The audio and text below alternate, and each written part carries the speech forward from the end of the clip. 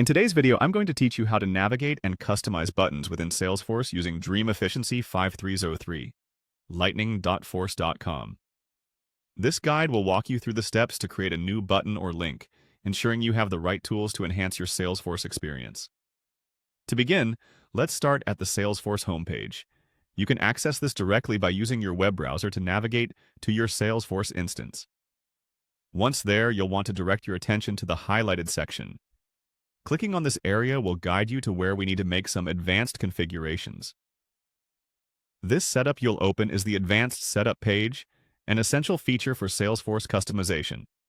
Once in the Advanced Setup, you'll need to locate the Object Manager. You can efficiently find this by using the search bar provided at the top. Type Object Manager, and once it appears, click on it.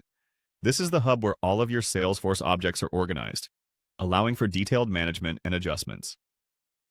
After accessing the Object Manager, do a quick search for the specific label you intend to work on. Input its name into the search bar. Once it's located, proceed to click on your selected label.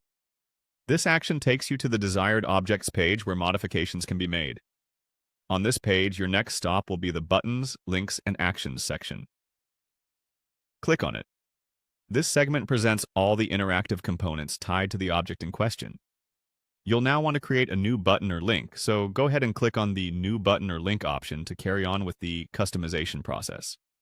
As you move forward, you'll need to choose the display type for your new button or link. This determines how the button or link will appear within Salesforce, so select an option that best suits your needs. Following that, input a clear and concise label for your button. This label is what users will see, so ensure it accurately describes the button's function. Next, you'll have to provide a name for the button. While this won't be visible to end users, it should still be descriptive and concise for easier management in the future. After naming your button, select the content source that best aligns with your requirements. This might be a URL, JavaScript, or another option depending on your setup. With your content source chosen, insert your URL or any other necessary details. Then hit Save to commit these changes. Ensure everything is correct because the next step is to click OK, which finalizes the action. To ensure your new button is visible, navigate over to Page Layouts under the same Object Manager. Click on your desired layout and find the Fields section. Here you'll spot your custom URL. Click and drag it down to its new spot in the Layout section where you want it to appear. This is key for ensuring users can access your new button easily. Finally, with all configurations set, click Save to enact these changes across your Salesforce setup. And there you have it.